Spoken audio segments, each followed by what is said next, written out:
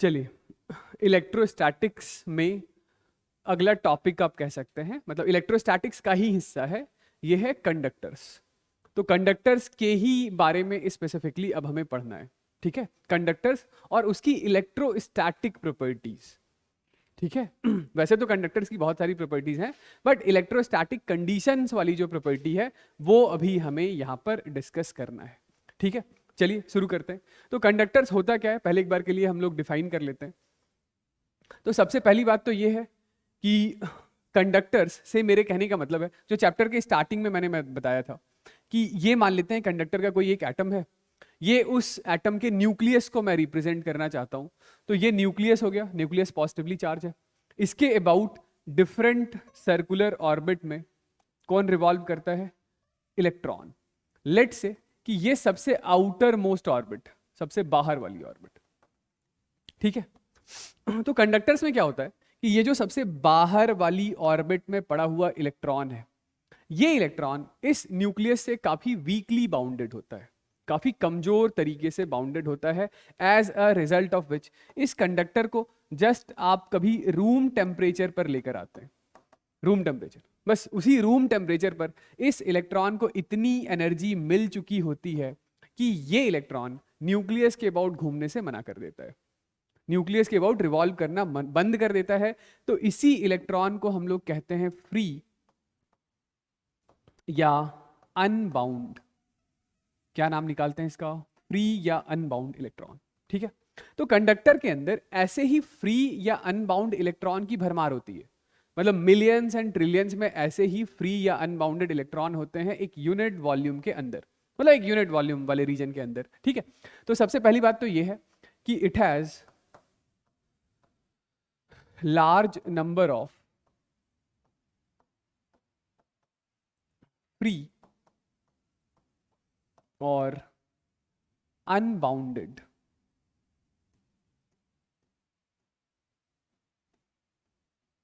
Electron, ठीक है। दूसरी बात कि ये जो फ्री इलेक्ट्रॉन है ना, यही फ्री इलेक्ट्रॉन चार्ज का ट्रांसमिशन करवाते हैं कंडक्टर में।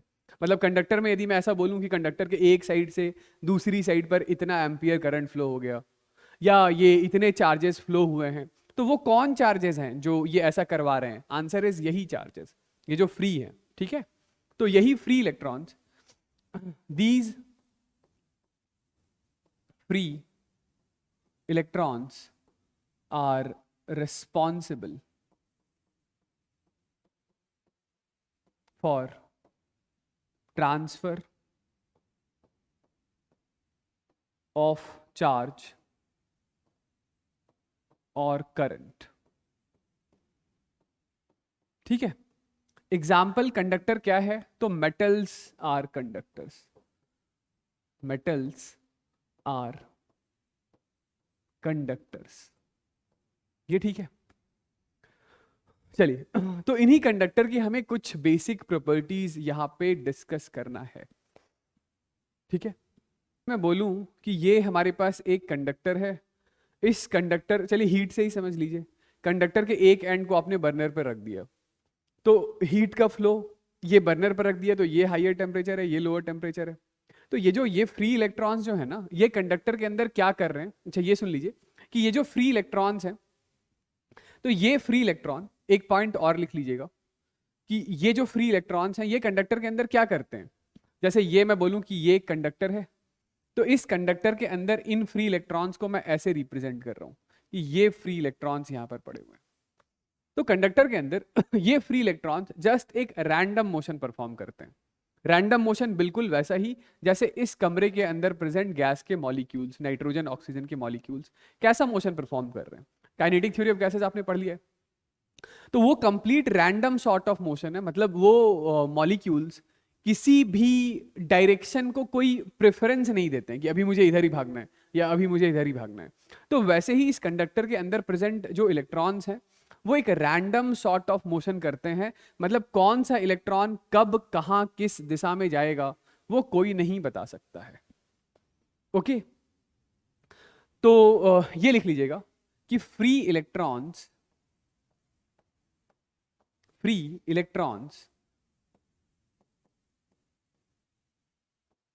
inside conductor performs random motion, performs random motion। ठीक है, तो मैं ये कह रहा था कि ये कंडक्टर है, इस कंडक्टर के अक्रॉस आपने एक बैटरी लगा दिया, आपने एक पोटेंशियल डिफरेंस क्रिएट कर दिया, तो पोटेंशियल डिफरेंस की वजह से इलेक्ट्रिक फील्ड आया, तो ये फ्री इलेक्ट्रॉन्स मोशन परफॉर्म करेंगे, भागेंगे। भागेंगे तो हम लोग ये कहेंगे कि करंट है इस कंडक्टर से। या इसी कंडक्टर के एक एंड को आपने बर्नर पे रख दिया, तो ये फ्री इलेक्ट्रॉन की वाइब्रेशनल एनर्जी और ज्यादा बढ़ गई, ये अपने से साइड वाले को वाइब्रेट कराते हैं, वो अपने से साइड वाले को वाइब्रेट कराता है, तो हम लोग कहते हैं कि हीट का फ्लो हो रहा है एक एंड से दूसरे एंड पर। ठीक है, तो हीट, चार्ज, करंट सब कुछ इन्हीं फ्री इलेक्ट्रॉन्स की वजह से कंडक्टर में फ्लो होता है। आई होप ये वाली बात समझ में आ गई। ठीक है, तो चलिए आइए प्रॉपर्टीज हम लोग स्टार्ट करते हैं। सबसे पहली बात तो ये है कि किसी कंडक्टर को यदि आप कुछ नेट चार्ज दे देते हैं, नेट चार्ज जब आप किसी कंडक्टर को दे देते हैं तो वो नेट चार्ज हमेशा हमेशा हमेशा उस कंडक्टर के आउटर सरफेस पर चला आता है। ठीक है, जैसे मैं ये कहना चाह रहा था कि ये हमारे पास एक कंडक्टर है और इस कंडक्टर को आपने कुछ नेट चार्ज दे दिया। नेट चार्ज दे दिया मतलब एक बार के लिए मान लीजिए कि आपके पास ऐसा एक बैग था, उस बैग में ढेर सारे इलेक्ट्रॉन्स थे, तो आपने कुछ इलेक्ट्रॉन्स जाकर के इस कंडक्टर के बल्क में छोड़ दिया। कहां छोड़ दिया? बल्क में, वॉल्यूम में। तो ये इलेक्ट्रॉन्स अल्टीमेटली आपको इस कंडक्टर के आउटर सरफेस पर नजर आएंगे। कहां नजर आएंगे? आउटर सरफेस पर। ठीक है, यानी charge given to a conductor हमेशा रिसाइड करेगा कंडक्टर के आउटर सरफेस पर। ठीक है, आ रही बात समझ? ठीक है, तो इसका मतलब ये हुआ, सुनिएगा, इसका मतलब क्या हुआ? हाँ, इसका मतलब ये हुआ कि जैसे हमारे पास ये एक सॉलिड स्फीयर, ये क्या है? This is solid sphere. और कैसा सॉलिड स्फीयर है? तो कंडक्टिंग है। तो this conducting solid sphere is same as hollow shell. क्यों सेम क्यों है? क्योंकि ये कंडक्टर है, भले ही आपने कंडक्टर के बल्क में चार्ज छोड़ दिया, तो ये सारे चार्जेस क्या करेंगे? एक दूसरे को रिपेल, और सारे चार्जेस एक दूसरे को रिपेल करके कहां चले आएंगे? तो आंसर इज आउटर सरफेस पर। मान लेते हैं कि इसके ऊपर हम लोगों ने कुछ माइनस क्यू अमाउंट का चार्ज छोड़ा था, तो इस तरीके से मैं रिप्रेजेंट कर रहा हूं। आई बात समझ? ठीक है, तो जो कंडक्टर है वो कंडक्टर, मतलब यदि कंडक्टर आपके पास सॉलिड स्फीयर शेप का है तो that will be same as एक शेल। यानी एक शेल को जितना चार्ज दिया जा सकता है उतना ही चार्ज सेम डायमेंशन वाले किसी कंडक्टर को दिया जा सकता है। ऐसा मत सोचिए कि कंडक्टर में तो बल्क है, बल्क में स्पेस है तो वहां पे चार्ज ज्यादा रख सकते हैं, नहीं, दोनों में सेम अमाउंट का चार्ज रख सकते हैं। ठीक है, ओके। अच्छा, दूसरी साइड मैं ड्रॉ कर लेता हूं एक नॉन कंडक्टिंग सॉलिड स्फीयर। इस नॉन कंडक्टिंग सॉलिड स्फीयर में चार्जेस जो हैं वो बल्क में स्टोर किया जा सकता है। जो नॉन कंडक्टर या इंसुलेटर होता है तो वहां पे चार्ज कहां डाल सकते हैं? आप उसके वॉल्यूम में चार्ज रख सकते हैं, रख सकते हैं। समझ रहे हैं क्या कहना चाह रहा हूं? ठीक है, तो चलिए आइए इसके लिए कुछ फॉर्मूलाज में लिख देता हूं। जैसे मान लेते हैं कि ये टोटल चार्ज Q है, इसकी रेडियस R है। इसके पास भी एक बार के लिए मान लीजिए Q है और इसकी रेडियस R है। ठीक है, चलिए ये जो इसका सेंटर है C, ये जो इसका सेंटर है C, वहां से ये सरफेस तक का डिस्टेंस R है। यदि आपसे कोई पूछे कि अंदर किसी पॉइंट पर इलेक्ट्रिक फील्ड इंटेंसिटी कितना होगा, तो कंडक्टर के अंदर किसी पॉइंट पर इलेक्ट्रिक फील्ड इंटेंसिटी कितना होता है? 0 होता है।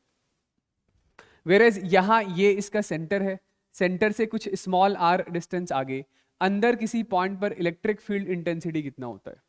तो अंदर किसी पॉइंट पर electric field intensity is rho into r by 3 epsilon naught होता है।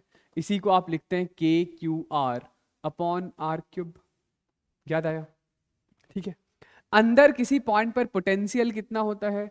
अंदर किसी पॉइंट पर पोटेंशियल होता है कांस्टेंट, जो सेम एज सरफेस पर होता है। ठीक है। यहां अंदर किसी पॉइंट पर पोटेंशियल कितना होगा? तो यहां पोटेंशियल होगा के Q upon 2r³ into 3 capital R square minus small r square. ठीक है, ये रिजल्ट याद तो है ना?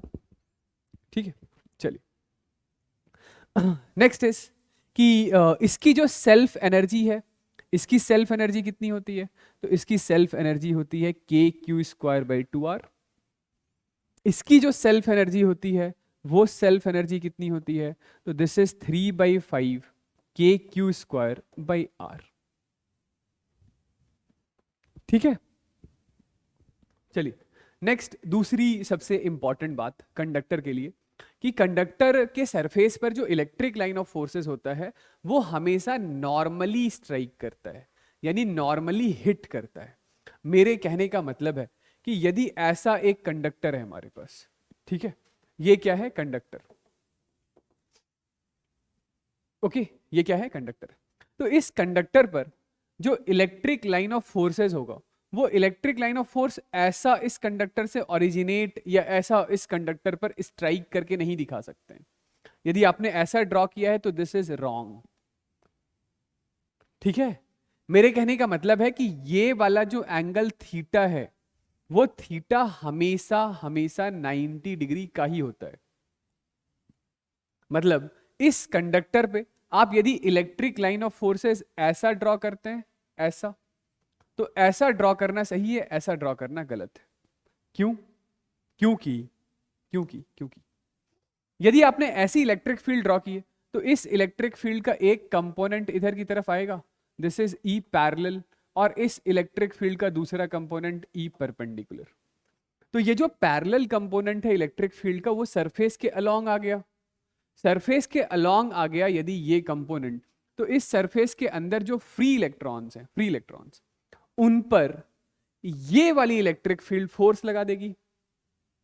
फोर्स लगा देगी तो वो चार्जेस मोशन में आ जाएंगे, और मोशन में आ जाएंगे तो इलेक्ट्रोस्टैटिक कंडीशन आपका फेल हो जाएगा, जो नहीं हो सकता है। यानी कि ये चार्जेस ऐसे पड़े पड़े मोशन में थोड़ी आ सकते हैं, अनलेस अंटिल आप कोई पोटेंशियल डिफरेंस क्रिएट ना करें। मतलब सरफेस पर चार्ज पार्टिकल मोशन में आ गए तो सरफेस पर करंट आ गया। ठीक है, करंट आ गया तो एनर्जी आ गई। ठीक है, तो ऐसा नहीं हो सकता है। इसीलिए मैंने क्या बोला कि इलेक्ट्रिक लाइन ऑफ फोर्सेस हमेशा किसी कंडक्टर को नॉर्मली ही हिट करेगी। तो इसको लिख भी लीजिएगा कि if electric line of forces strikes surface of conductor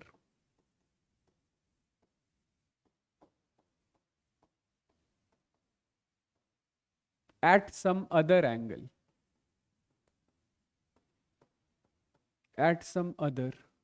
angle, ठीक है, then component of electric field along the surface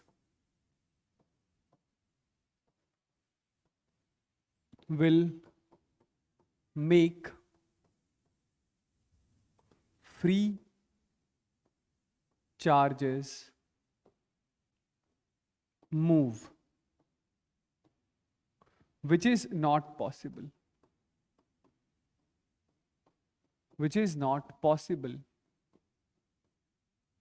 in electrostatic condition।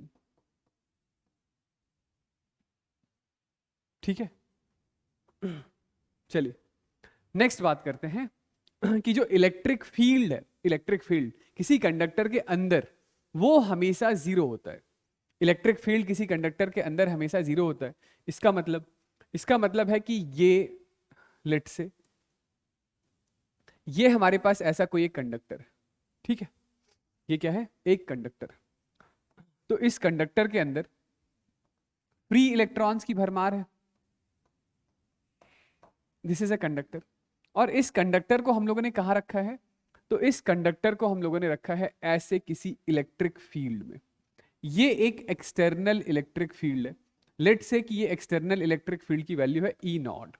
ठीक है, तो ये इलेक्ट्रिक फील्ड आपने ऐसा लगा दिया, तो अब क्या हुआ? अब ये हुआ कि ये यहां पर इस कंडक्टर के अंदर जो प्रेजेंट फ्री इलेक्ट्रॉन था, उस फ्री इलेक्ट्रॉन पर फोर्स कहां लगेगा? फोर्स लगेगा इलेक्ट्रिक फील्ड ऐसा, तो फ्री इलेक्ट्रॉन पर फोर्स लगेगा ऐसा, इससे ऑपोजिट डायरेक्शन में। कितना फोर्स लगा? तो फोर्स लगा E इंटू ई नॉट के बराबर। ओके, इसकी वजह से क्या हुआ? तो इसकी वजह से कंडक्टर के इस साइड पर ये फ्री इलेक्ट्रॉन्स आकर जमा होने लग जाएंगे। ओके, यानी कि एक साइड पर एक्सेस ऑफ इलेक्ट्रॉन है, एक साइड पर एक्सेस ऑफ इलेक्ट्रॉन। यदि एक साइड पर एक्सेस ऑफ इलेक्ट्रॉन है तो दूसरी साइड पर ऑटोमेटिकली डेफिशिएंसी ऑफ इलेक्ट्रॉन हो जाएगा। तो इस साइड पर डेफिशिएंसी ऑफ इलेक्ट्रॉन यानी कि पॉजिटिव चार्ज आ जाएगा। ठीक है, तो अब कुछ देखा आपने, एक साइड पर पॉजिटिव, दूसरी साइड पर नेगेटिव। इन्हीं चार्जेस को हम लोग इंड्यूस्ड चार्ज बोलते हैं। क्या कहते हैं? Induced charge. तो इंड्यूस्ड चार्ज के आने की वजह से इस कंडक्टर के अंदर ही अंदर एक और इलेक्ट्रिक फील्ड बन जाएगी। कौन सी इलेक्ट्रिक फील्ड? तो इंड्यूस्ड इलेक्ट्रिक फील्ड, क्योंकि इलेक्ट्रिक फील्ड लाइन पॉजिटिव से नेगेटिव की तरफ बनता है ना। ठीक है, अब ये जो इंड्यूस्ड इलेक्ट्रिक फील्ड है, वो इंड्यूस्ड इलेक्ट्रिक फील्ड भी इस इलेक्ट्रॉन पर फोर्स लगाएगा। वो किस दिशा में लगाएगा? तो ये इंड्यूस्ड इलेक्ट्रिक फील्ड इस इलेक्ट्रॉन पर इस दिशा में फोर्स लगाएगा, अप्लाइड इलेक्ट्रिक फील्ड से, यानी एक्सटर्नल इलेक्ट्रिक फील्ड से अपोजिट डायरेक्शन में। ठीक है, अब सुनिए क्या हो रहा है। कंडक्टर के अंदर ऐसे इलेक्ट्रॉन की कोई कमी नहीं है, भरमार है इलेक्ट्रॉन की। तो जैसे जैसे इस इलेक्ट्रॉन पर इस इलेक्ट्रिक फील्ड का फोर्स लग रहा था, तो यहां पर इलेक्ट्रॉन की नंबर डेंसिटी बढ़ती चली जा रही थी, मतलब इंड्यूस चार्ज बढ़ता चला जा रहा था। यहां नेगेटिव बढ़ रहा था तो यहां पॉजिटिव बढ़ रहा था। अब यहां नेगेटिव यहां पॉजिटिव बढ़ा तो ये इंड्यूस्ड इलेक्ट्रिक फील्ड बढ़ता जा रहा था, बढ़ता जा रहा था, बढ़ता जा रहा था। बढ़ते बढ़ते बढ़ते बढ़ते बढ़ते ये इंड्यूस्ड इलेक्ट्रिक फील्ड की वैल्यू कभी ना कभी इस एक्सटर्नल इलेक्ट्रिक फील्ड के बराबर हो जाएगी। ऐसा क्यों? क्योंकि ये इंड्यूस्ड इलेक्ट्रिक फील्ड बढ़ा तो ये वाला फोर्स बढ़ा, और ये वाला फोर्स बढ़ा तो बढ़ते बढ़ते ये वाला फोर्स कभी ना कभी इस फोर्स के बराबर हो जाएगा। जैसे ही दोनों फोर्सेस बराबर हुए तो अब ये इलेक्ट्रॉन कहां जाएगा? कहीं नहीं। अब इस पर तो एफ नेट जीरो हो गया ना, इस पर एफ नेट जीरो हो गया। इसका मतलब क्या है? इसका मतलब है कि इंड्यूस्ड इलेक्ट्रिक फील्ड और एक्सटर्नल इलेक्ट्रिक फील्ड बराबर हो चुका है। ठीक है, तो हम लोग ये बोल सकते हैं कि इनसाइड कंडक्टर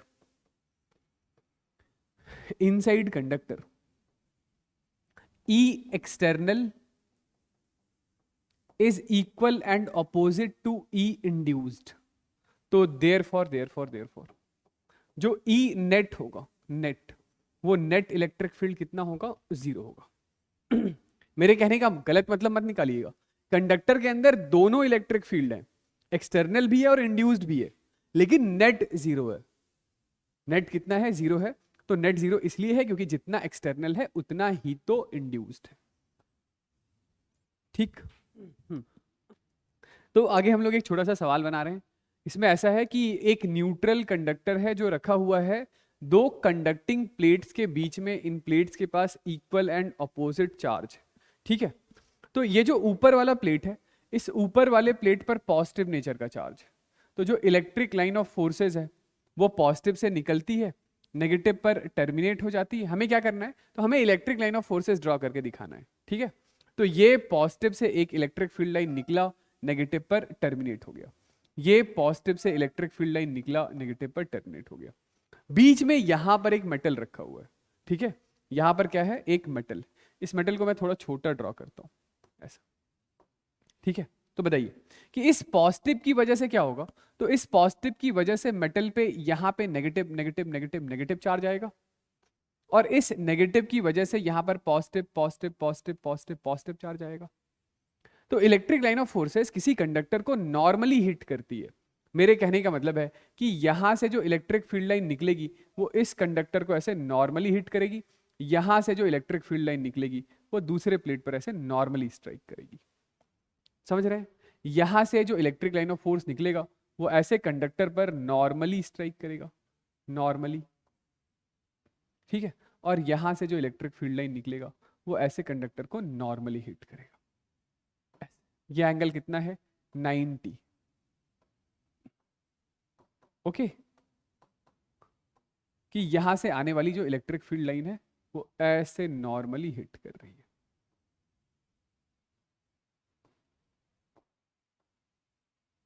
बताइए, समझ गए? ये एंगल्स कितना है? 90 डिग्री का है।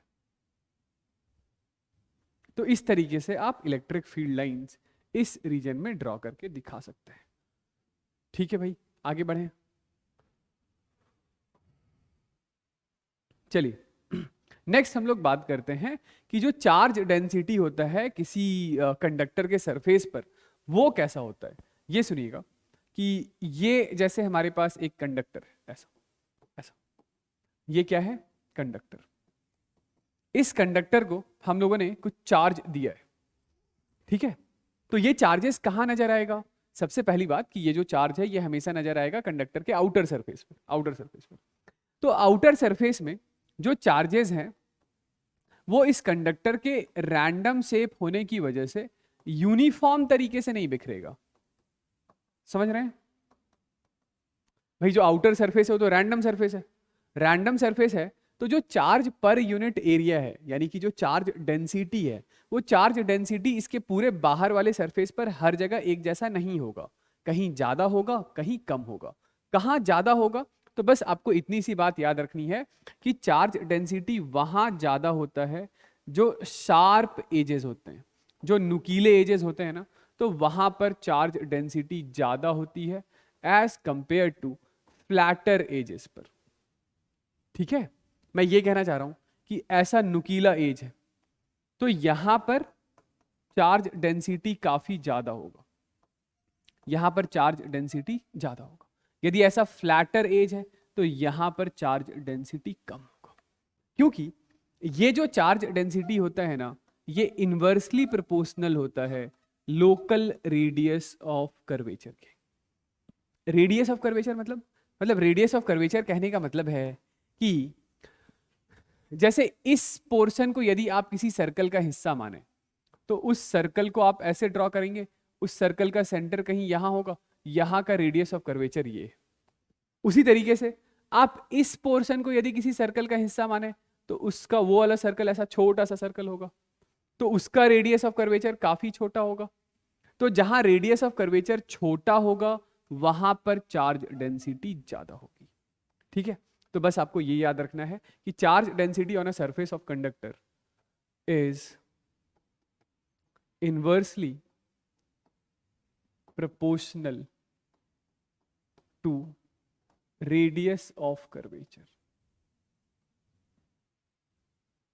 ठीक है, नेक्स्ट अब हम लोग बात कर रहे हैं कि ये चार्ज डेंसिटी का आइडिया हम लोगों को लग गया, तो अब किसी कंडक्टर के जस्ट बाहर जो इलेक्ट्रिक फील्ड इंटेंसिटी है उसके बारे में बात करते हैं। तो सुनिएगा, ऐसा है कि ये है हमारे पास एक रैंडम कंडक्टर, ठीक है। ये क्या है? कंडक्टर है। तो कंडक्टर में जो चार्जेस हैं वो कहाँ नजर आते हैं? तो चार्जेस तो भाई हमेशा उसके आउटर सरफेस पर ही नजर आता है, ठीक है। अंदर कोई इलेक्ट्रिक फील्ड होती है क्या? नहीं, अंदर कोई इलेक्ट्रिक फील्ड नहीं होती है।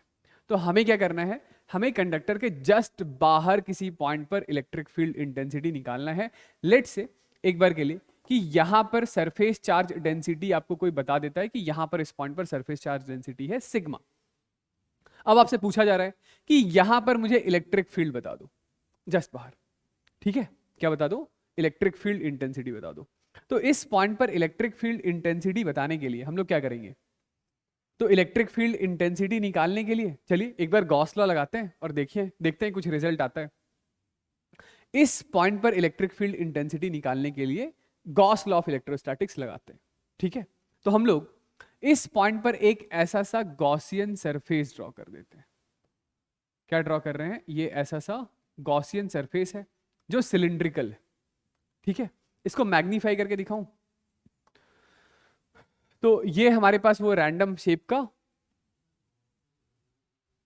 लगता है, इसको एक बार के लिए सिमेट्रिकल ही मान रहे हैं, बहुत छोटा सा सरफेस है, ठीक है, सिमेट्रिकल सरफेस के लिए ही लगता है।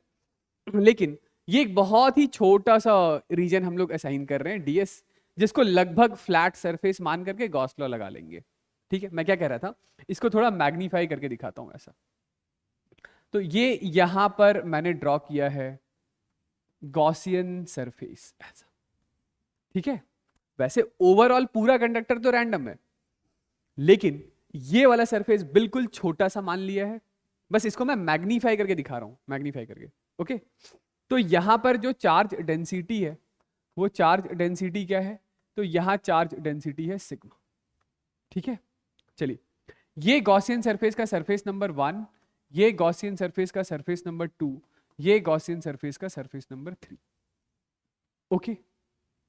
इस गॉसियन सरफेस से यदि आपको फ्लक्स लिखना है तो flux through surface 1 plus flux through surface 2 plus flux through surface number 3 ऐसा करके लिखना पड़ेगा, है ना, ओके। बताइए सरफेस नंबर 3 से कोई फ्लक्स होगा क्या? नहीं, क्योंकि सरफेस नंबर 3 कहां है, वो कंडक्टर के अंदर है, ये है 3। अब 3 जहां है वहां तो इलेक्ट्रिक फील्ड ही नहीं है, तो फ्लक्स कहां से आएगा, ओके। क्या 1 से फ्लक्स होगा क्या? 1 से भी कोई फ्लक्स नहीं होगा, क्योंकि कंडक्टर की वजह से जो इलेक्ट्रिक फील्ड लाइंस हैं, तो वो इलेक्ट्रिक फील्ड लाइन कंडक्टर के सरफेस को नॉर्मली हिट करता है, ये हम लोगों ने जस्ट अभी अभी पढ़ लिया। तो इलेक्ट्रिक फील्ड लाइन सरफेस से नॉर्मल दिशा में होने की वजह से कोई भी इलेक्ट्रिक फील्ड लाइन उस गॉसियन सरफेस के कर्व्ड हिस्से को पेनिट्रेट नहीं कर सकता है। तो सरफेस नंबर 1 से भी फ्लक्स कितना हो गया, 0। लेट से ये जो सरफेस नंबर 2 है वो एक बहुत ही छोटा सा सरफेस एरिया है डीए, ठीक है। तो इस छोटे से सरफेस से एक छोटा सा इलेक्ट्रिक फ्लक्स होगा E into D A into cos of 0 degree, यानी कि E इंटू डी ए के बराबर, ठीक है। इसी फ्लक्स को आप क्या लिखते हैं, तो this flux is same as Q inside upon epsilon naught. तो Q इनसाइड कहां पर नजर आ रहा है, Q इनसाइड ये रहा, ये एक छोटा सा सरफेस एरिया डी है, तो ये वाला भी एक छोटा सा सरफेस एरिया डी है। यहां पर चार्ज डेंसिटी है सिग्मा, तो Q इनसाइड हो गया sigma into D A by epsilon not, okay. दोनों तो फ्लक्स की ही डेफिनेशन है, दोनों यदि फ्लक्स की ही डेफिनेशन है तो इसका मतलब ये हो गया कि ये E इंटू डी ए बराबर होगा sigma into D A upon epsilon not के। डी ए कैंसिल आउट हो गया, तो इलेक्ट्रिक फील्ड इंटेंसिटी आ गया सिग्मा अपॉन एप्सिलॉन नॉट के। तो इसका मतलब ये हुआ कि कंडक्टर के जस्ट बाहर electric field intensity is sigma divided by epsilon not के बराबर होता है, ठीक है। यानी यहां पर चार्ज डेंसिटी जैसे मैं बोलूं सिग्मा 1 है, तो ये इलेक्ट्रिक फील्ड इंटेंसिटी कितना होगा, सिग्मा 1 अपॉन एप्सिलॉन नॉट। मैं बोलूं कि यहां पर चार्ज डेंसिटी सिग्मा 2 है, तो यहां पर इलेक्ट्रिक फील्ड इंटेंसिटी कितना होगा, सिग्मा 2 अपॉन एप्सिलॉन नॉट। समझ रहे हैं, यहां पर चार्ज डेंसिटी सिग्मा 3 है, तो ये electric field intensity sigma 3 upon epsilon not के बराबर होगा। चलिए अगली बात सुनिएगा कि जो कंडक्टर होता है वो हमेशा एक इक्वी पोटेंशियल सरफेस होता है, मतलब पूरा का पूरा जो कंडक्टर का सरफेस है वो हमेशा एक इक्वी पोटेंशियल सरफेस होता है। मैं ये कहना चाह रहा हूं कि ये हमारे पास कोई कंडक्टर है, तो इसके हर पॉइंट पर पोटेंशियल एक जैसा होता है। कैसे? तो इसके अंदर यदि मैं 2 पॉइंट ले लूं, एक पॉइंट है x, दूसरा पॉइंट है y, ठीक है। तो क्या अंदर कोई इलेक्ट्रिक फील्ड है? नहीं, अंदर इलेक्ट्रिक फील्ड कितनी है, 0। और यदि अंदर इलेक्ट्रिक फील्ड नहीं है तो जरा याद कीजिए कि यदि इलेक्ट्रिक फील्ड लाइन होती तो वो इलेक्ट्रिक फील्ड लाइन कहां से कहां डायरेक्टेड होता है, इलेक्ट्रिक फील्ड लाइंस हमेशा हायर पोटेंशियल से लोअर पोटेंशियल की तरफ डायरेक्टेड होता है। और अभी इसके अंदर फील्ड लाइन ही नहीं है, इसका मतलब क्या हुआ, इसका मतलब हुआ कि पॉइंट x और y का जो वोल्टेज, पॉइंट x और y का जो पोटेंशियल होगा वो सेम होगा। आ रही है बात समझ, ठीक है। तो पॉइंट एक्स और वाई का पोटेंशियल सेम है। वही मैं ये कह रहा हूं कि conductor is an equipotential surface as electric field inside conductor is zero. Conductor के अंदर जो फील्ड है वो जीरो होता है। चलिए, तो सवाल हमारा ये है कि एक पॉइंट चार्ज है माइनस क्यू जो रखा हुआ है at a distance small R from centre of conducting sphere of radius capital R. Electric field आपको सेंटर पर बताना है due to induced charge only. Centre पर क्या बताना है? तो इलेक्ट्रिक फील्ड बताना है सिर्फ इंड्यूस्ड चार्ज पार्टिकल की वजह से। तो देखिए, ये यहां पर माइनस क्यू आपने रखा, इस माइनस क्यू की वजह से, इस माइनस क्यू की वजह से इधर पर पॉजिटिव चार्ज इंड्यूस होगा ना, और इधर पर नेगेटिव चार्ज इंड्यूस होगा ना। लेट्स से कि यहां पर इंड्यूस चार्ज प्लस क्यू है, यहां पर इंड्यूस चार्ज माइनस क्यू है। ठीक है, ओके ओके ओके। अब जरा पॉइंट ओ को देखिएगा, तो पॉइंट ओ पर बताइए कि नेट इलेक्ट्रिक फील्ड इंटेंसिटी कितना है पॉइंट ओ पर? जीरो। यानी कि ये माइनस इस पॉइंट ओ पर तो अपनी तरफ इलेक्ट्रिक फील्ड बना रहा होगा। This is E due to minus Q which is equal to K Q upon R square, क्योंकि नेगेटिव चार्ज पार्टिकल अपनी तरफ इलेक्ट्रिक फील्ड बनाता है और पॉइंट ओ पर नेट जीरो है। तो इसका क्या मतलब हुआ? इसका यही तो मतलब हुआ कि इस पॉइंट ओ पर जो electric field due to induced charge है वो भी जरूर से K Q upon small are square के बराबर रहा होगा। बाहर पड़े हुए इस चार्ज पार्टिकल के बराबर ही electric field induced charge particle बनाते हैं और बाहर वाले चार्ज पार्टिकल से एग्जैक्टली अपोजिट दिशा में बनाते हैं ताकि नेट जीरो हो जाए। तो this is our answer, this is our answer. ये हमारा आंसर है पहले पार्ट का, पहले पार्ट का ये आंसर। ठीक है, यदि पहले पार्ट में मैं पूछता कि बाहर पड़े हुए चार्ज पार्टिकल की वजह से पॉइंट ओ पर इलेक्ट्रिक फील्ड बताइए तो ये आंसर होता। पहले पार्ट में मैं पूछता कि मुझे नेट इलेक्ट्रिक फील्ड बताइए तो नेट इलेक्ट्रिक फील्ड जीरो है। ई नेट कितना है? ई नेट अंदर जीरो है। चलिए, दूसरा आपको बताना है पॉइंट ओ पर potential due to induced charges. Sorry, पहले आपको बताना है पोटेंशियल ऑफ कंडक्टर। तो जैसा हम लोगों ने पढ़ा कि पोटेंशियल पॉइंट ओ पर निकालिए या बी पर निकालिए या सी पर निकालिए या ए पर निकालिए, ये पूरा का पूरा जो कंडक्टर है वो एक इक्वी पोटेंशियल सरफेस है ना। तो किस पॉइंट पर पोटेंशियल निकालना थोड़ा आसान होगा? तो ऑब्वियसली पॉइंट ओ पर पोटेंशियल निकालना आसान होगा कि पॉइंट ओ पर जो पोटेंशियल है वो बाहर पड़े हुए माइनस क्यू की वजह से है प्लस इंड्यूस्ड चार्जेस की वजह से भी पोटेंशियल पॉइंट ओ पर बनेगा। बाहर पड़े हुए पॉइंट चार्ज पार्टिकल की वजह से जो पोटेंशियल होगा वो के माइनस क्यू बाई आर के बराबर होगा और इंड्यूस्ड चार्जेस की वजह से जो पॉइंट ओ पर पोटेंशियल होगा वो k plus q by capital R plus k minus Q by capital R के बराबर होगा। ये दोनों तो निपट जाएंगे। This is minus k capital q by small r. तो यही पॉइंट ओ का पोटेंशियल है which is same as point A का पोटेंशियल या सेम एज पॉइंट बी का potential, same as point C का पोटेंशियल, के माइनस क्यू बाई आर। ठीक है, ओके।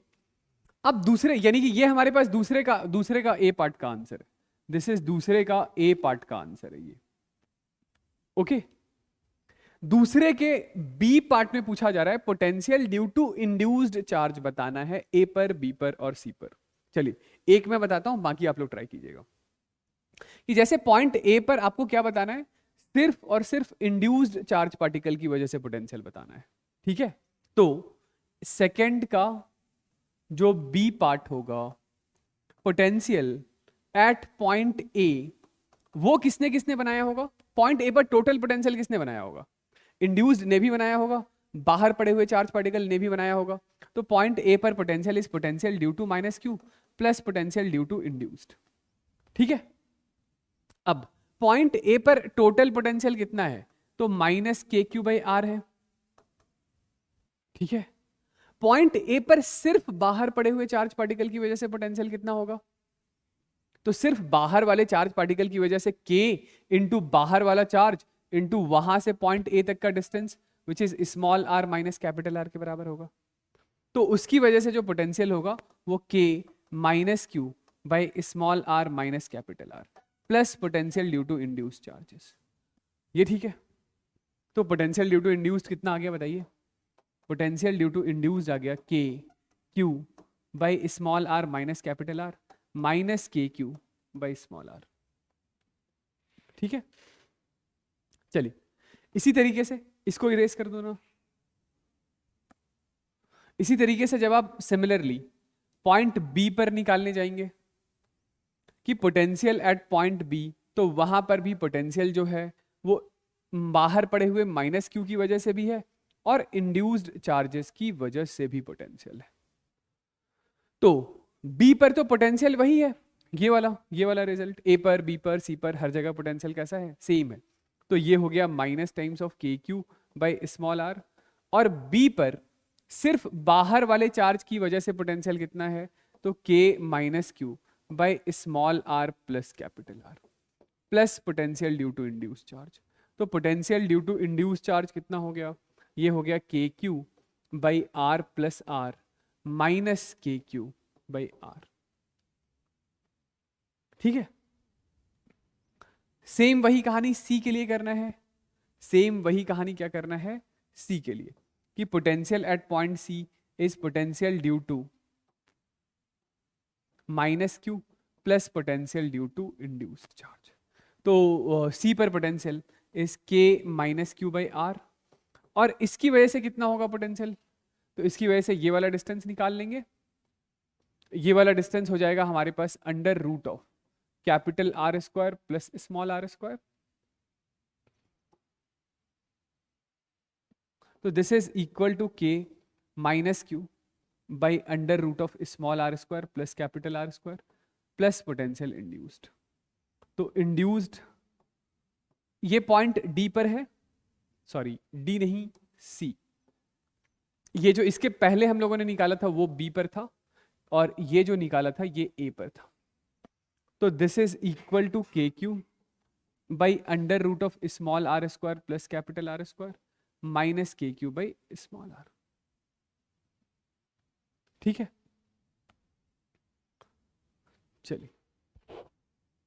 चलिए आगे बढ़ते हैं हम लोग और बात करते हैं। अगला टॉपिक है हमारा sharing of charges on joining of conductors.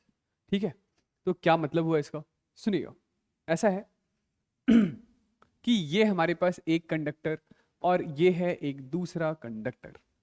पहले कंडक्टर का नाम मैं एक बार के लिए, चलिए नाम वाम क्या निकालना है, ये दो कंडक्टर्स हैं, ये दो कंडक्टर्स।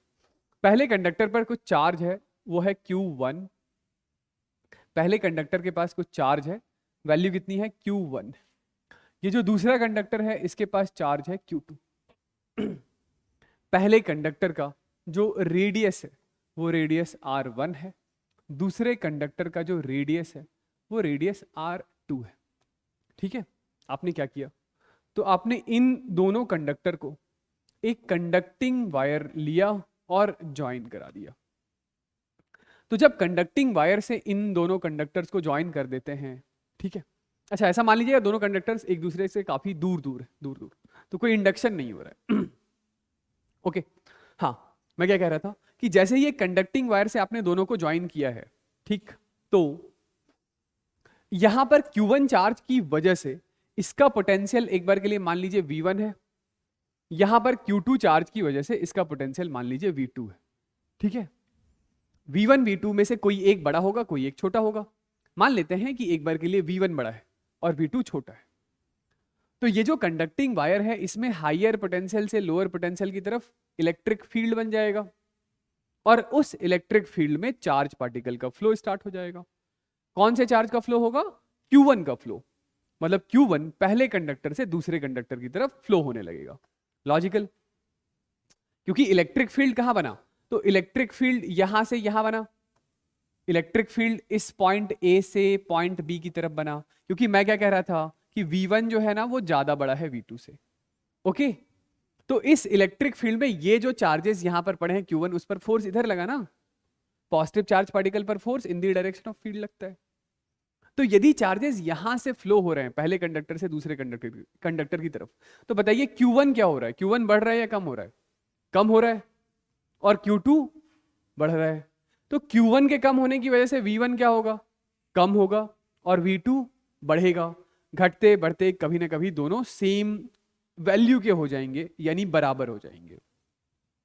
जैसे ही दोनों ने एक कॉमन पोटेंशियल बना लिया, जैसे ही दोनों ने कॉमन पोटेंशियल बना लिया, मतलब लेट से वो कॉमन पोटेंशियल है VC, जैसे ही दोनों ने एक कॉमन पोटेंशियल बना लिया, अब इलेक्ट्रिक फील्ड गायब हो जाएगा।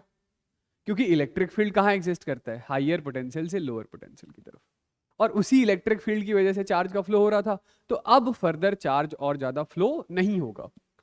तो हम लोग ऐसा कह सकते हैं कि लेट से यहां पर फाइनल चार्ज है Q1 डैश और यहां पर फाइनल चार्ज है Q2 डैश।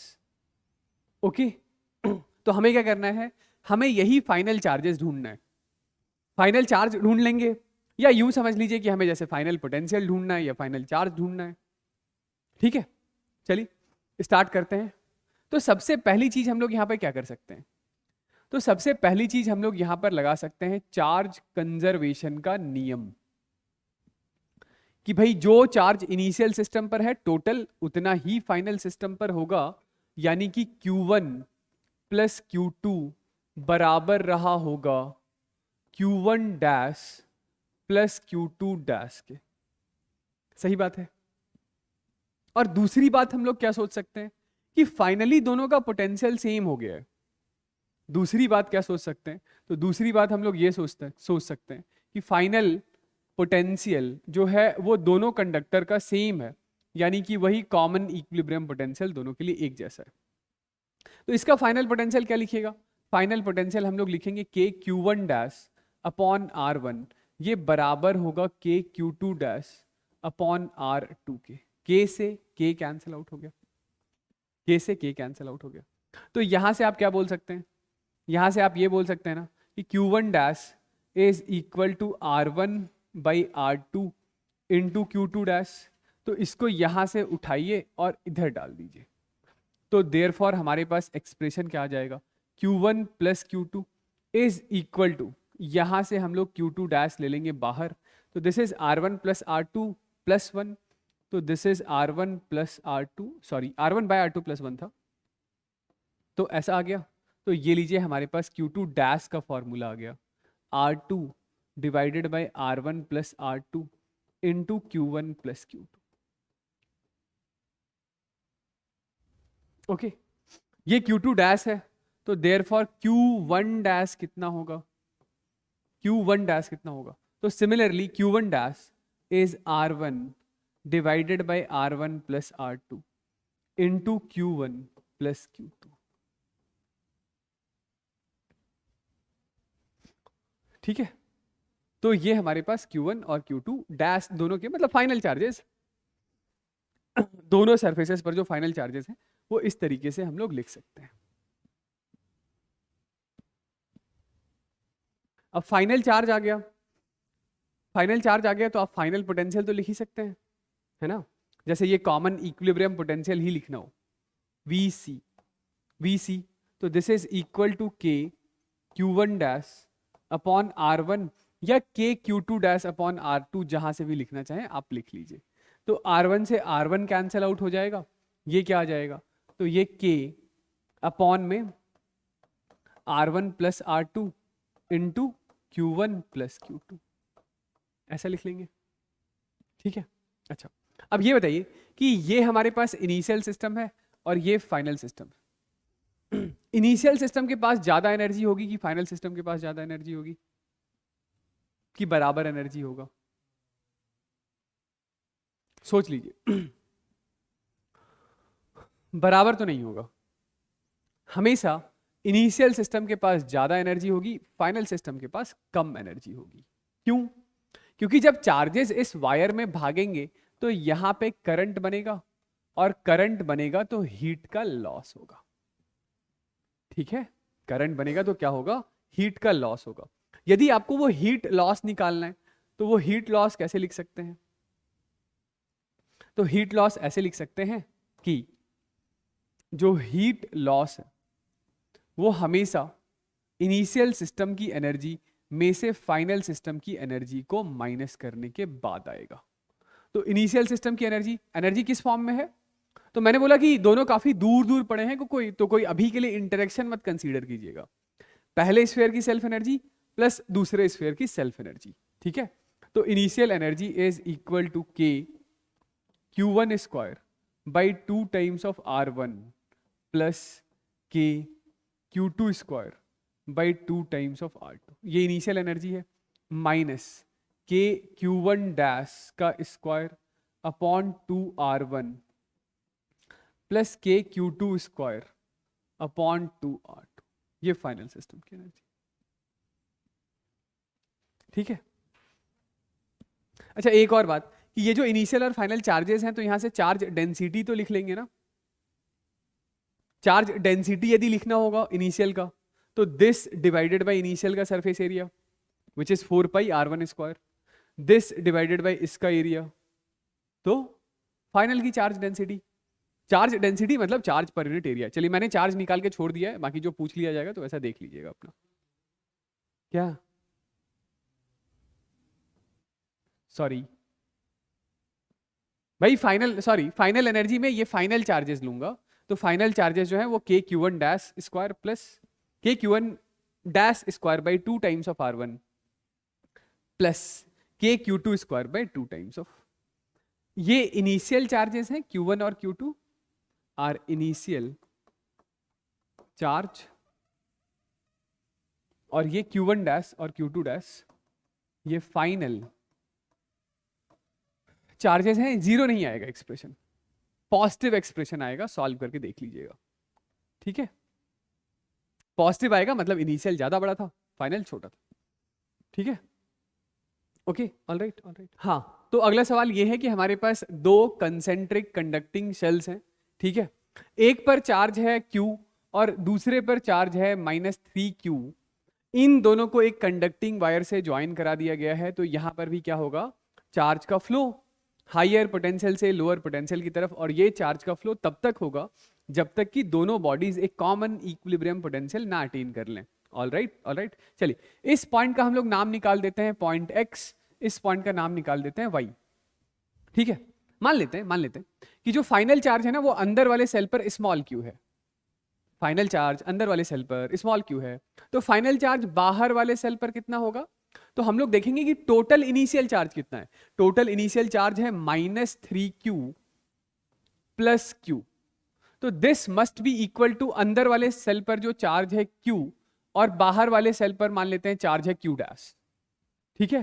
तो 3Q -3Q plus Q is -2Q minus Q, this is equal to Q dash, यानी बाहर वाले सेल पर जो चार्ज होगा वो -2Q माइनस Q होगा। ये तो जस्ट चार्ज कंजर्वेशन लगाया है कि जो शुरुआत में टोटल इनिशियल चार्ज है वही फाइनल चार्ज है। अंदर वाले सेल पर फिर से देख लीजिए, स्मॉल q मान लिया, तो स्मॉल q और बाहर वाले सेल पर Q डैश था, Q डैश, तो Q प्लस Q डैश बराबर होना चाहिए कैपिटल Q -3Q के। कैपिटल Q -3Q यानी कि -2Q, ठीक है। -2Q, ये Q उठाकर इधर से इधर ले आए, तो Q डैश ऐसा है, ठीक है। अब मैं ये कह रहा हूं कि पॉइंट X पर जो पोटेंशियल होगा that will be same as Y का पोटेंशियल, ठीक है। पॉइंट X पर जो पोटेंशियल होगा वही Y का पोटेंशियल होगा। चलिए बताइए पॉइंट X पर पोटेंशियल कितना होगा? तो अंदर वाले चार्ज की वजह से पॉइंट X पर पोटेंशियल होगा KQ by R plus plus plus plus. इसी पॉइंट X पर बाहर वाले की वजह से भी पोटेंशियल होगा, और बाहर वाले सेल के लिए पॉइंट X अंदर का पॉइंट है, अंदर किसी पॉइंट पर potential same as that of on the surface होता है, तो उसके लिए आप लिखेंगे K -2Q minus Q divided by उसका रेडियस 2R। ये कहां का पोटेंशियल है? ये X का पोटेंशियल है। इसी तरीके से पॉइंट Y का पोटेंशियल लिखिए, तो पॉइंट Y का पोटेंशियल इज K अंदर वाले सेल की वजह से बाहर पोटेंशियल, तो KQ by 2R, KQ by 2R plus बाहर वाले सेल के लिए तो ये पॉइंट उसके सरफेस पर है, तो k -2q -q upon 2r। समझ गए? तो ये तो निपट गया। क्या आ गया यहां से? यहां से तो स्मॉल q ही 0 आ गया, यहां से स्मॉल q 0 आ गया। क्या? वो तो बाहर पड़े हुए सिस्टम के लिए था, वही रिजल्ट लगा दिया आंख कान बंद करके। आ भाई वो तो इसके लिए था ना, ऐसे बाहर पड़े पड़े हैं तब है वो रिजल्ट। भैया वायर से कनेक्टेड हैं तो पॉइंट ए पर पोटेंशियल इसकी वजह से थोड़ी लिख रहे थे, क्योंकि ये तो काफी दूर था, दूर था तो वो यहां पे पोटेंशियल ही नहीं बना रहा था। अब पॉइंट एक्स पर पोटेंशियल दोनों सेल की वजह से होगा। ओके, तो यहां पर क्या है कि Q हो गया 0, इसका मतलब क्या है कि charge on outer shell, charge on outer shell वो कितना है? -2q है। इसका मतलब ऐसा है कि जब दो कंसेंट्रिक सेल्स होंगे, दोनों को जोड़ देंगे तो सारे के सारे चार्जेस फ्लो होकर के आउटर सेल पर चले जाएंगे। ठीक है, आप चाहें तो इस रिजल्ट को ध्यान रख सकते हैं, अच्छा रिजल्ट है, कभी कहीं यूज हो सकता है। ठीक है, कि इंटायर चार्ज या whole charge flows to outer shell. अच्छा, इसमें आपके दिमाग में एक डाउट ये भी आ सकता है, ये आउटर सेल के कहाँ है, इनर सरफेस पर है कि आउटर सरफेस पर है? तो वो भी हम लोग देख लेंगे। ठीक है, वो भी हम लोग इनर सेल पर है या आउटर सेल पर है, मतलब आउटर सरफेस पर है कि इनर सरफेस पर है, तो वो भी हम लोग डिस्कस कर लेंगे। ठीक है, ओके, ऑलराइट ऑलराइट। ये स्मॉल क्यू क्या है? स्मॉल क्यू फाइनल चार्ज का फ्लो होगा, एक्स और वाई को ज्वाइन कराएंगे तो चार्ज का फ्लो होगा, चार्ज का फ्लो होगा तो ये क्यू ही नहीं रहेगा, ये -3q ही नहीं रहेगा, बदलेगा। कब तक फ्लो होगा? जब तक पॉइंट एक्स और वाई का पोटेंशियल सेम ना हो जाए। जब पॉइंट एक्स और वाई का पोटेंशियल सेम हो गया उस समय इस पर चार्ज स्मॉल क्यू है। यही स्मॉल क्यू हमें ढूंढना है, वही आपसे सवाल में पूछा जा रहा है। यदि यहां स्मॉल क्यू है तो बाहर वाले सेल पर कितना होगा? तो बाहर वाले सेल पर -2q माइनस स्मॉल क्यू होगा, क्योंकि this plus this is same as this plus this. Charge conservation valid होना चाहिए, चार्ज कहीं फ्लो होके थोड़ी जाएगा। जो इनिशियल चार्ज है टोटल, वही फाइनल चार्ज भी टोटल होना चाहिए। पॉइंट वाई पर पोटेंशियल अंदर वाला सेल भी बनाएगा और बाहर वाला सेल भी बनाएगा, तो अंदर वाले सेल के लिए वो पॉइंट बाहर का पॉइंट है। ठीक है, बताइए आर्यन समझ आ रहा है? अंदर वाले सेल के लिए बाहर का पॉइंट है तो बाहर के लिए मतलब बाहर वाला फॉर्मूला लगा दिया। ठीक है, तो देखिए एक बार यहां पे क्या इक्वेशंस बनाएंगे। देखिए अगला सवाल ये है हमारे पास कि अब ये 3 कंसेंट्रिक कंडक्टिंग सेल्स हैं, 3 कंसेंट्रिक कंडक्टिंग सेल्स हैं। अंदर वाले सेल पर चार्ज है कैपिटल Q, उससे बाहर वाले सेल पर चार्ज है -2q और सबसे बाहर वाले सेल पर चार्ज है 5q। आपने क्या किया है, तो सबसे अंदर वाले को सबसे बाहर वाले से ज्वाइन कराया है, बीच वाले से टच नहीं कराया है। ये जो साइन है, ये साइन समझ रहे हैं ना, कि ऊपर से उठा करके वायर ले गए, मतलब कि कोई अरेंजमेंट होगा उसके थ्रू वायर लेकर चले गए। ठीक है, ये उठाकर ड्रॉ करने का मतलब ये होता है। ओके ओके ओके ओके, चलिए, तो बीच वाले को तो आपने छेड़ा ही नहीं है, तो उस पर तो चार्ज -2q ही रहेगा। चार्जेस कहां कहां बदलेंगे? सबसे अंदर वाले पॉइंट पर और सबसे बाहर वाले पॉइंट पर चार्जेस बदल जाएंगे। तो मान लेते हैं एक बार के लिए कि फाइनली इस पॉइंट, मतलब कि सबसे अंदर वाले सेल पर चार्ज है x, सबसे अंदर वाले सेल पर कितना चार्ज है x, तो सबसे बाहर वाले सेल पर कितना चार्ज होगा? तो टोटल इनिशियल चार्ज कितना है? q + 5q यानी कि 6q। तो बाहर वाले सेल पर चार्ज होगा 6q - x, यही होगा ना, 6q - x। चलिए, जिन दो पॉइंट को ज्वाइन कराया है इसमें से एक पॉइंट का नाम a रख देते हैं, दूसरे पॉइंट का नाम b रख देते हैं। तो पॉइंट a का पोटेंशियल बराबर होगा पॉइंट b के पोटेंशियल के। a और b का कैसा सेम, मतलब a और b का क्या होगा, तो पोटेंशियल सेम होगा क्योंकि दोनों को आपने ज्वाइन करा दिया है। तो पॉइंट a पर पोटेंशियल लिखिए। चलिए, तो सबसे अंदर वाले सेल पर चार्ज है x, तो उसकी वजह से पोटेंशियल आ गया के एक्स बाई आर। उसके बाहर वाले सेल पर चार्ज है के टू क्यू, उसकी वजह से भी पॉइंट ए पर पोटेंशियल बनेगा, और उस दूसरे वाले सेल के लिए पॉइंट ए अंदर का पॉइंट है, तो उसकी वजह से पोटेंशियल के two Q by two R. सबसे बाहर वाले सेल पर चार्ज है के सिक्स क्यू माइनस एक्स, उसकी वजह से जो पोटेंशियल होगा K six Q minus X by three R के बराबर हो। क्या? हाँ सॉरी, ये चार्ज माइनस था, यहां माइनस लगाऊंगा। Okay, all right. This is same as point B का पोटेंशियल। तो बी सबसे बाहर वाला है, वहां पर पोटेंशियल कितना होगा? तो वहां पर पोटेंशियल हमारे पास आ रहा है के एक्स अपॉन उसका रेडियस दैट इज 3r। ठीक है, ऑल राइट। इसके बाद वाला जो सेल है उस पर चार्ज है के minus two Q upon 3r। फिर सबसे बाहर वाले सेल पर चार्ज है के six Q minus x upon 3r। तो ये वाला टर्म तो इस वाले टर्म से कैंसल आउट ही हो गया। के बाई आर से के बाई आर से के बाई आर से के बाई आर कैंसल आउट हो गया। तो यहां पे हमारे पास आ रहा है X minus two Q by two, यानी ये तो कैंसल आउट ही हो गया। K minus Q, this is equal to X by three minus two Q by three. तो इसको हम लोग लिख सकते हैं x minus X by three और q minus two Q by three. ठीक है, यानी कि 2x by three is equal to q by three. तो x की वैल्यू कितनी आ रही है? q बाई टू आ रहा है। x कितना है? q बाई टू है। तो इसका ये मतलब हुआ कि फाइनली इस अंदर वाले सेल पर चार्ज है q बाई टू, तो बाहर वाले सेल पर कितना चार्ज होगा? 5.5 क्यू या 11 क्यू बाई टू। ठीक है,